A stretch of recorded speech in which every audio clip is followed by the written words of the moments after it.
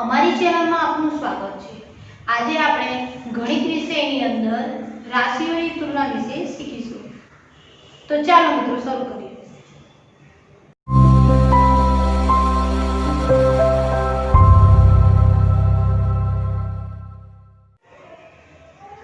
આજે આપણે ગણિત વિષયની અંદર ધોરણ 8 પ્રકરણ 8 રાશિઓની તુલના વિશે ભણીશું। હવે એની અંદર સૌપ્રથમ પહેલો મુદ્દો આવે છે 8.1 ગુણોત્તર અને ટકાવારીનું પુનરાવર્તન। હવે ગુણોત્તર એટલે શું? તો ગુણોત્તર એ બે રાશિઓની તુલના દર્શાવે છે। હવે પહેલા આપણે સમજીએ કે રાશિઓની તુલના કઈ રીતે।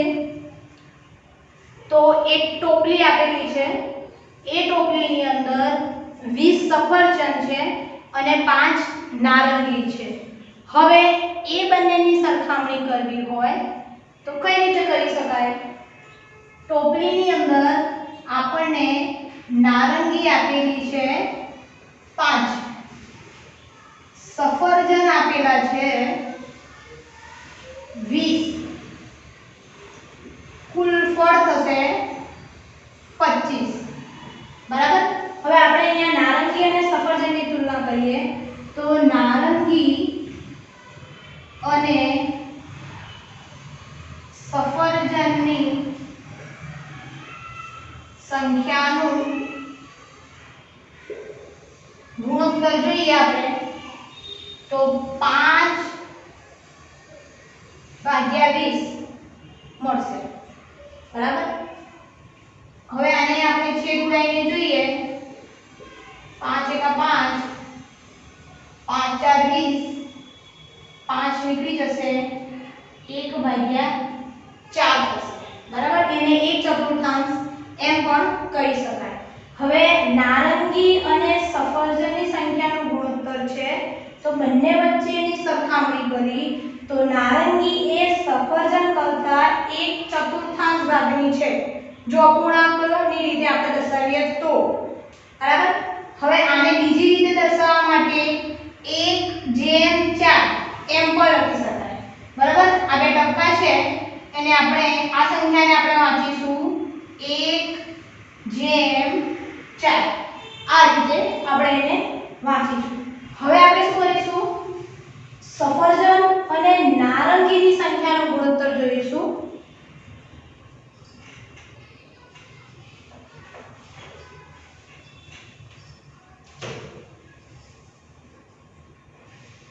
સફરજન અને નારંગીની સંખ્યાનું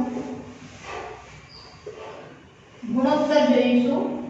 તો સફરજન છે એટલે આપણે સૌપ્રથમ સફરજન લખવું પડશે, સંખ્યા સફરજનની 20 અને નારંગી 5। હવે આની અંદર શું થયું છે? જે સંખ્યા અંશમાં હતી એ છેદમાં જતી રહી છે અને છેદવાળી સંખ્યા અંશમાં જતી રહી છે।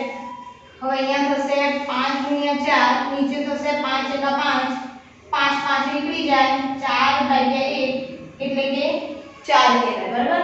તો આના પરથી આપણે શું કરી શકીએ કે નારંગીની સંખ્યા સફરજનની સંખ્યા કરતા ચોથા ભાગની હતી અને અહીંયા શું કહીશું આપણે? સફરજનની સંખ્યા નારંગીની સંખ્યા કરતા 4 ગણી છે।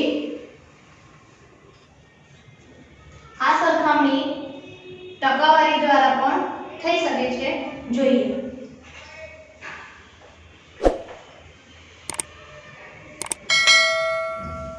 અહીં કુલ 25 ફળ છે, 5 નારંગી છે અને 20 સફરજન છે, બરાબર। હવે આપણે નારંગીની ટકાવારી જોઈશું। નારંગીની ટકાવારી એના માટે શું કરવું પડશે? નારંગીની સંખ્યા કેટલી છે? 5 ભાગ્યા કુલ ફળ કેટલા છે? 25, બરાબર। એટલે કુલ ફળમાંથી નારંગીની ટકાવારી કેટલી છે એ આપણે શોધવાની છે। હવે ટકાવારી શોધવા માટે શું ખ્યાલ રાખીએ છીએ આપણે? ટકાવારી 100 ના આધારે ગણી શકાય, બરાબર। હવે શું કરવાનું છે આપણે? અહીંયા છેદમાં 100 આવે એવી સંખ્યા વડે આપણે 25 ને ગુણવાના છે। તો શું આવશે 25 4 100 શું આવશે 25 4 100 હવે નીચે છેદમાં આપણે જે સંખ્યા વડે ગુણીએ એ જ સંખ્યા વડે આપણે અંશમાં પણ ગુણવું પડે એટલે આપણે 4 લખીશું જોઈએ હવે આ બંનેનો ગુણાકાર થશે 5 ગુણ્યા 4 આ બંને સંખ્યાનો ગુણાકાર 25 ગુણ્યા 4 5 4 20 25 4 100 બરાબર હવે એનો મતલબ શું છે કે આની અંદર એની ટકાવારી કેટલી છે 20% કેટલી છે 20% છે હવે આપણે નારંગીની ટકાવારી પછી જોઈએ સફરજનની ટકાવારી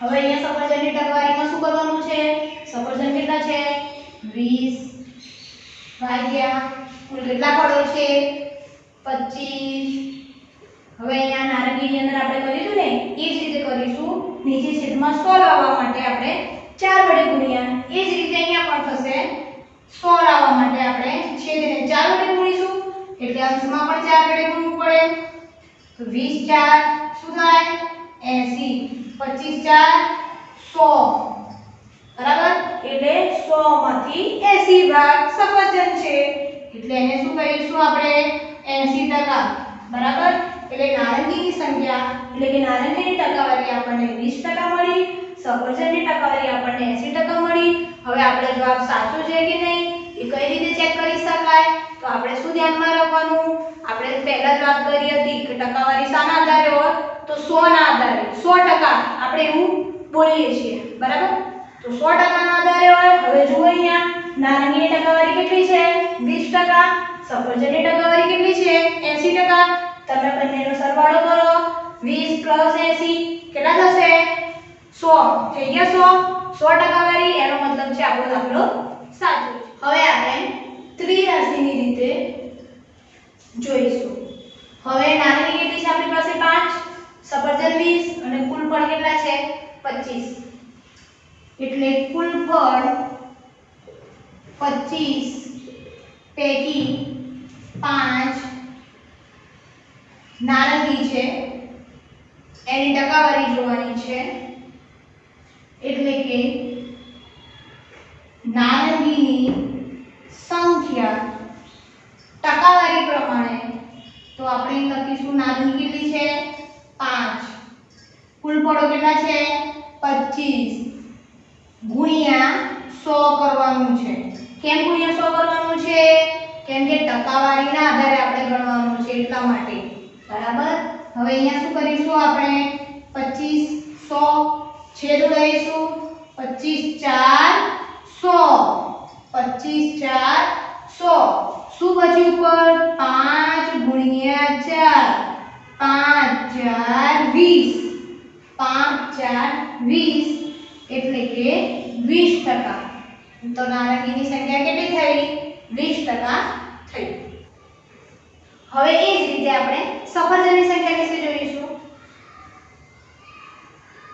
સફરજનની સંખ્યા હવે સફરજન કેટલા છે આપણી પાસે 20 ભાગ્યા કુલ ફળો કેટલા છે 25 ગુણ્યા 100 કરીશું હવે અહીંયા થયું તો એ જ રીતે થશે 25 4 100 શું સંખ્યા બચી ઉપર 20 ગુણ્યા 4 તો 20 4 80 એટલે કે 80% બરાબર એટલે આપણે ટકાવારી પ્રમાણે લઈએ કે ત્રિરાશિની રીતે લઈએ તમે કોઈ પણ રીતથી આ રીતે સંખ્યાની ટકાવારી કાઢી શકો છો ચાલો હવે આપણે ઉદાહરણ જોઈશું શાળામાં ધોરણ 8 માટે પ્રવાસ નક્કી કરવામાં આવે છે જેમાં કુલ વિદ્યાર્થીઓની સંખ્યા માંથી 60% છોકરીઓ છે અને તેમની સંખ્યા 18 છે હવે પ્રવાસનું સ્થળ શાળાથી 55 કિલોમીટર દૂર છે અને અને પરિવહન સંસ્થા ₹12 પ્રતિ કિલોમીટર વસૂલ કરે છે. અલ્પાહારની કુલ કિંમત ₹4280 છે. શું તમે કહી શકશો કે હવે આપણે આ દાખલાની અંદર શોધવાનું શું છે કે વર્ગમાં છોકરીઓની સંખ્યા અને છોકરાની સંખ્યાનો ગુણોત્તર કેટલો, એટલે કે વર્ગની અંદર રહેલા છોકરાઓ અને છોકરીઓની સંખ્યાનો ગુણોત્તર શોધવાનું છે. નંબર 2, જો બે શિક્ષકો વર્ગ સાથે જતા હોય તો વ્યક્તિ દીઠ ખર્ચ કેટલો. હવે આ વર્ગની સાથે બે શિક્ષકો પણ જાય છે તો એક વ્યક્તિ દીઠ કેટલો ખર્ચો થાય તે આપણે શોધવાનું છે. નંબર 3, જો પ્રવાસનું પ્રથમ વિરામ સ્થળ 22 કિલોમીટર દૂર હોય તો પ્રવાસના કુલ 55 કિલોમીટરના કેટલા ટકા થાય, એટલે કે પ્રવાસ 55 કિલોમીટર દૂર જવાનું છે પણ 22 કિલોમીટર આગળ વિરામ સ્થળ આવે છે તો તે કુલ પ્રવાસના કેટલા ટકા થયા એ આપણે શોધવાનું છે. તેમજ પ્રવાસમાં બાકી રહેલ અંતરની ટકાવારી શું થાય. હવે 22 કિલોમીટર સુધી પહોંચ્યા પછી બાકી રહેલું જે અંતર છે એની ટકાવારી કેટલી થાય એ આપણે શોધવાનું છે. તો ચાલો જોઈએ. નંબર 1, છોકરીઓની સંખ્યા અને છોકરાઓની સંખ્યાનો ગુણોત્તર શોધીશું સૌપ્રથમ. હવે એના માટે આપણે વિદ્યાર્થીઓની કુલ સંખ્યા શોધવી પડે. હવે આની અંદર આસીમા અને જોન બે વિદ્યાર્થી છે એ બંને પોતાની રીતે અલગ અલગ રીતે આપણને શીખવાડે છે કે કઈ રીતે શોધી શકાય. તો સૌપ્રથમ આપણે આસીમાની રીત જોઈશું.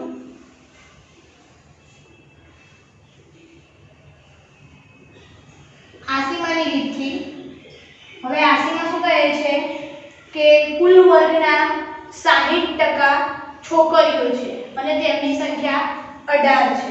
બરાબર. તો આપણે શું લખીશું, ધારો કે વિદ્યાર્થીઓની કુલ સંખ્યા x છે. બરાબર. હવે રકમની અંદર શું આપેલું છે આપણને કે 60% છોકરીઓ છે.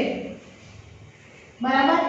માટે x ના 60% બાદ છોકરીઓ છે. માટે x ના 60% બાદ એટલે x ના 60% બાદ બરાબર છોકરીઓની સંખ્યા છે અને છોકરીઓની સંખ્યા કેટલી આપેલી છે, તેમની સંખ્યા 18 છે એટલે છોકરીઓની સંખ્યા 18 છે.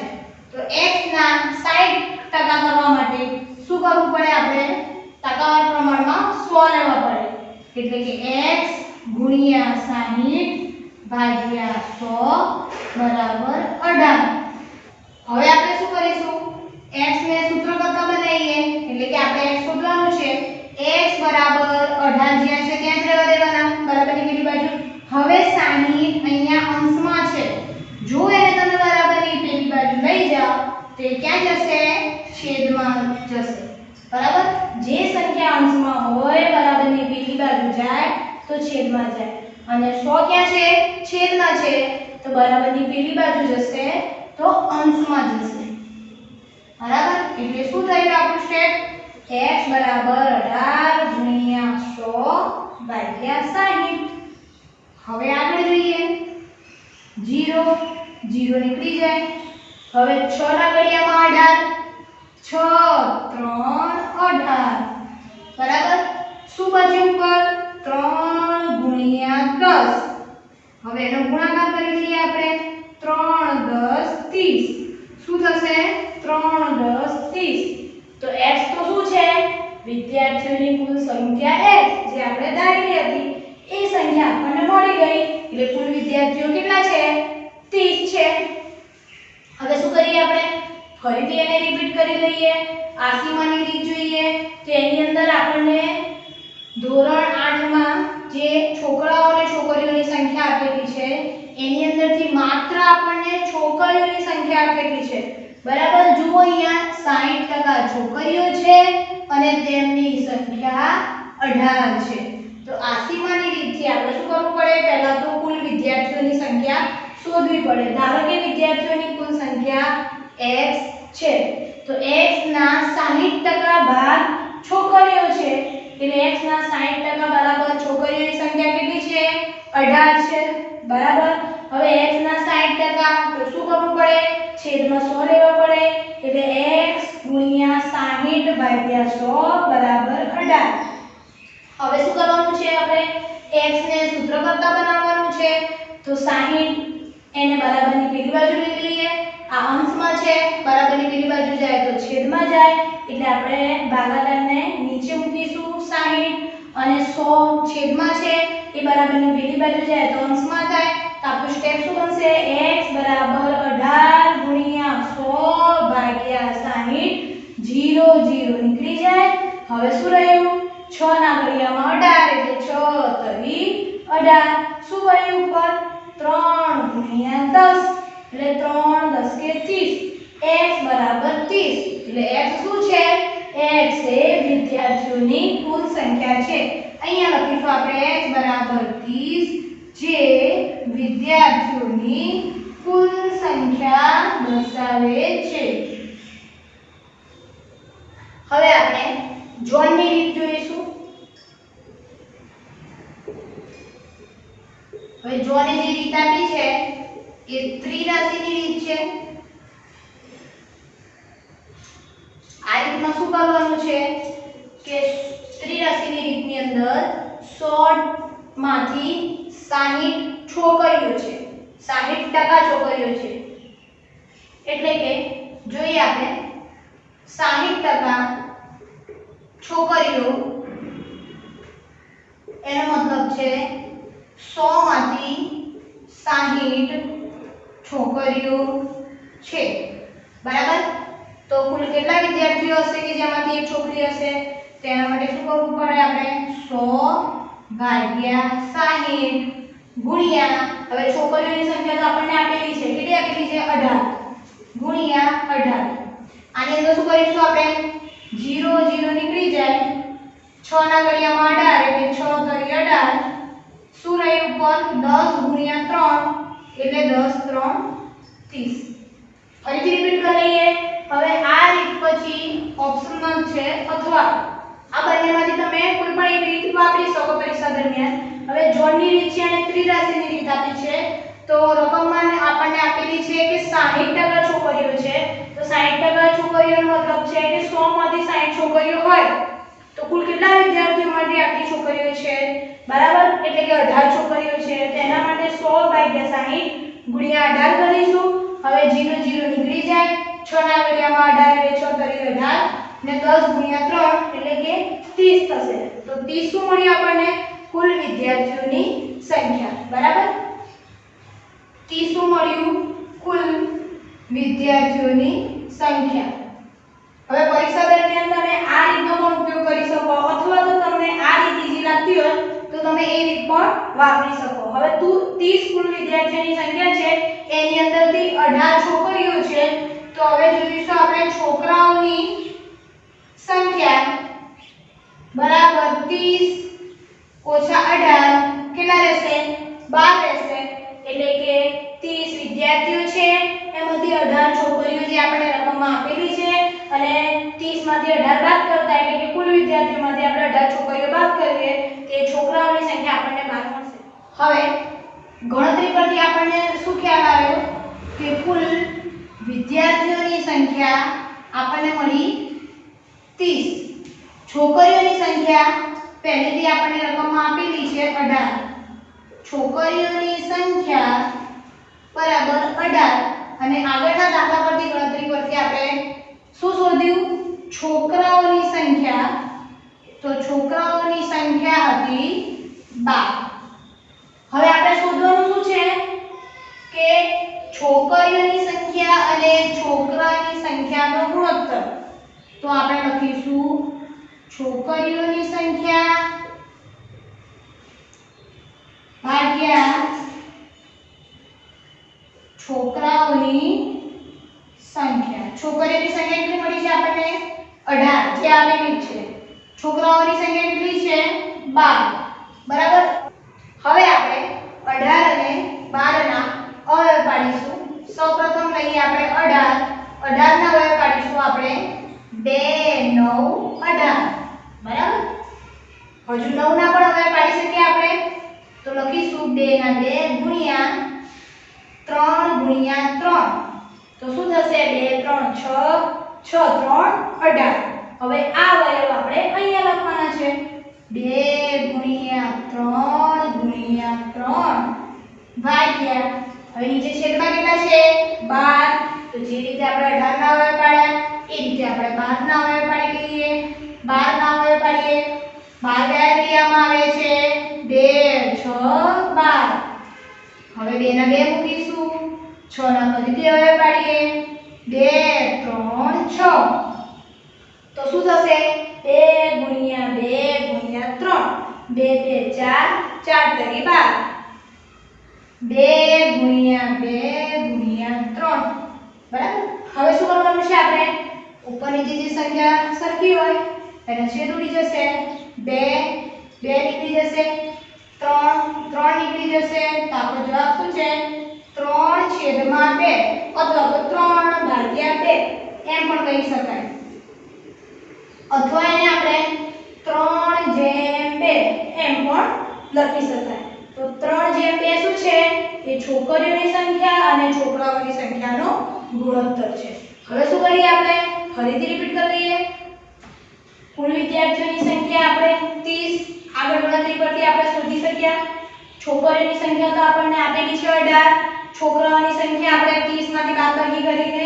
12 લાયા બરાબર શોધવાનું શું છે આપણે છોકરીઓની સંખ્યા અને છોકરાઓની સંખ્યા છોકરીઓની સંખ્યા આપણને 18 આપેલી છે છોકરાઓની સંખ્યા આપણે ગણતરી પરથી લાયા એટલે કે 12 હવે 18 ના અવયવ પાડી દીધા આપણે 2 ગુણ્યા 3 ગુણ્યા 3 18 ના અવયવ છે પછી 12 લીધા 12 ના અવયવ 2 ગુણ્યા 2 ગુણ્યા 3 હવે એમને ગોઠવી દીધા હવે શું કરવાનું છે ઉપર નીચે જે સંખ્યા હોય એ નીકળી જાય 2 2 નીકળી જાય 3 3 નીકળી જાય શું બચ્યું 3/2 એટલે કે 3/2 જેને 3/2 લખી શકાય તો 3/2 શું કહેવાય એ છોકરીઓની સંખ્યા અને છોકરાઓની સંખ્યાનો ગુણોત્તર છે આપણે આ દાખલાની અંદર પેટા દાખલો નંબર 2 જોઈશું શું છે એની અંદર કે જો બે શિક્ષકો વર્ગ સાથે જતા હોય એટલે કે છોકરાઓની સંખ્યા છોકરીઓની સંખ્યા પ્લસ બે શિક્ષકો પણ સાથે જાય છે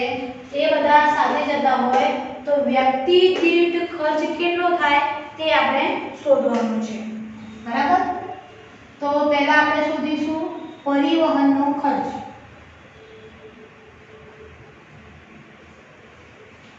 હવે પરિવહનનો ખર્ચ એની અંદર બંને તરફનું અંતર લેવાનું છે કે જવા માટેનો ખર્ચ અંતર અને આવવા માટેનું અંતર બંને તરફનું અંતર ગુણ્યા ભાવ બંને તરફનું અંતર એટલે કે પ્રવાસમાં કુલ 55 કિલોમીટર છે એટલે 55 કિલોમીટર જવાનું અને 55 કિલોમીટર પાછા આવવાનું બરાબર એટલે 2 વખત 55 થશે એટલે 55 ગુણ્યા 2 કરીશું ગુણ્યા ભાવ તો આપણને ભાવ કેટલો આપેલો છે રકમની અંદર કે પરિવહન સંસ્થા રૂપિયા 12 પ્રતિ કિલોમીટર વસૂલ કરે છે એટલે કે 1 કિલોમીટરના 12 રૂપિયા થાય છે બરાબર તો આપણે 55 કિલોમીટર ગયા આવ્યા એટલે 2 વખત એટલે 55 ગુણ્યા 2 ગુણ્યા 12 કરીશું હવે આપણે ગુણાકાર કરીએ 55 ગુણ્યા 2 એની ગણતરી જોઈએ 55 ગુણ્યા 2 2 5 10 10 ની 0 વધી 1 2 5 10 ને 1 11 એટલે જવાબ શું થશે આપણો 110 ગુણ્યા 12 હવે આનો ગુણાકાર કરી જોઈએ આપણે 110 ગુણ્યા 12 થશે બે સંખ્યા છે એટલે શૂન્ય આવશે 1 0 0 1 એકા 1 1 એકા 1 2 0 0 2 એકા 2 2 એકા 2 સરવાળો લઈએ 0 2 3 1 એટલે કે 1320 રૂપિયા એ આપણો પરિવહનનો ખર્ચ થાય છે। હવે આપણે કુલ ખર્ચ શોધીશું। તો કુલ ખર્ચ બરાબર પરિવહનનો ખર્ચ વત્તા અલ્પાહારનો ખર્ચ।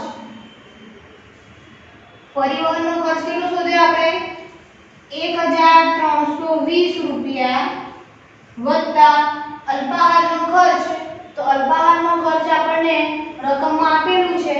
અલ્પાહારની કુલ કિંમત છે 4280 જે આપણને આપેલી છે 4280। બંનેનો આપણે સરવાળો કરીએ। હવે બંનેનો સરવાળો કરતા જવાબ આપણને 5600 રૂપિયા મળે છે જે આપણો કુલ ખર્ચ છે। હવે કુલ વ્યક્તિ દીઠ ખર્ચ શોધવાનું છે। તો પહેલા આપણે કુલ વ્યક્તિઓ જોઈ લઈએ। કુલ વ્યક્તિઓ બરાબર છોકરાઓ પ્લસ છોકરીઓ પ્લસ શિક્ષકો। હવે આગળની ગણતરી પરથી આપણે છોકરાઓની સંખ્યા લાવ્યા છીએ 12, છોકરીઓ આપણને આપેલી છે રકમમાં 18 અને શિક્ષકો છે 2, તો કુલ વ્યક્તિ થશે 32। હવે આની અંદર શોધવાનું શું છે કે આપણો જે ખર્ચ થયો છે 5600 રૂપિયા અને વ્યક્તિઓ કેટલા છે 32 છે। તો 32 વ્યક્તિઓ છે તો એક વ્યક્તિના ભાગમાં કેટલો ખર્ચ આવે તેના માટે આપણે કરીશું એક વ્યક્તિ દીઠ ખર્ચ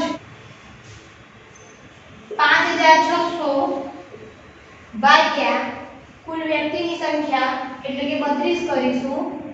ભાગાકાર તમે પાછલા ધોરણમાં શીખી ગયા છો એ રીતે ભાગાકાર કરીને આપણે જવાબ મેળવીશું।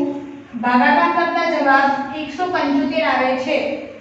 એનો મતલબ છે કે એક વ્યક્તિનો ખર્ચ 175 રૂપિયા થાય। હવે આપણે ત્રીજા નંબરનો દાખલો જોઈએ કે જો પ્રવાસનું પ્રથમ વિરામ સ્થળ 22 કિલોમીટર દૂર હોય તો પ્રવાસના કુલ 55 કિલોમીટરના કેટલા ટકા થાય અને પ્રવાસમાં બાકી રહેલ અંતરની ટકાવારી શું થાય બરાબર। હવે લખીશું અંદર આપણે કે 55 કિલોમીટરમાંથી 22 કિલોમીટર અંતર કાપ્યું બરાબર। આ આપણે ત્રિરાશીની રીતથી જોઈશું। ત્રિરાશીની રીત તો થશે 22 ભાગ્યા 55 ગુણ્યા 100। 22 ભાગ્યા 55 કરશો તો તમારો જવાબ 0.4 આવશે ગુણ્યા 100 એટલે કે 40। 40 નો મતલબ છે 40%। કુલ પ્રવાસ 100% છે બરાબર। એની અંદરથી -40% આપણે કાઢી લઈએ તો 60% રહેશે। તો કુલ પ્રવાસ 100% છે એમાંથી 40% અંતર કાપી લીધું છે તો 60% બાકી રહેશે બરાબર। ફરીથી રિપીટ કરી લઈએ આને કે 55 કિલોમીટરમાંથી આપણે 22 કિલોમીટર અંતર કાપ્યું છે તો એના માટે આપણે ત્રિરાશીની રીત વાપરીશું। તો 22 ભાગ્યા 55 ગુણ્યા 100 થશે। 22 ભાગ્યા 55 એનો ભાગાકાર કરતા જવાબ 0.4 આવે છે ગુણ્યા 100 કરતા 40% જવાબ આવશે। હવે કુલ મુસાફરી છે 100%, એમાંથી આપણે 40% મુસાફરી કરી લીધી છે તો કેટલી મુસાફરી બાકી છે તો 60% બાકી રહેશે। હવે આજે આપણે નંબર 1 વર્ગમાં છોકરીઓની સંખ્યા અને છોકરાઓની સંખ્યાનો ગુણોત્તર એનો જવાબ 3:2 મેળવ્યું। નંબર 2 જો બે શિક્ષકો વર્ગ સાથે જતા હોય તો વ્યક્તિ દીઠ ખર્ચો કેટલો થાય તો તે ખર્ચો 175 રૂપિયા મેળવ્યું। અને નંબર 3 કે જો પ્રવાસનું પ્રથમ વિરામ સ્થળ 22 કિલોમીટર હોય તો પ્રવાસના કુલ 55 કિલોમીટરના કેટલા ટકા થાય અને પ્રવાસમાં બાકી રહેલ અંતરની સંખ્યા શોધી તેની ટકાવારી 60%, બાકી રહેલ અંતરની ટકાવારી 60% થાય છે। અહીંયા આપણે આ વિડીયો પૂરો કરીએ છીએ. એના પછીના વિડીયોની અંદર આપણે એના સ્વાધ્યાય વિશે ચર્ચા કરીશું.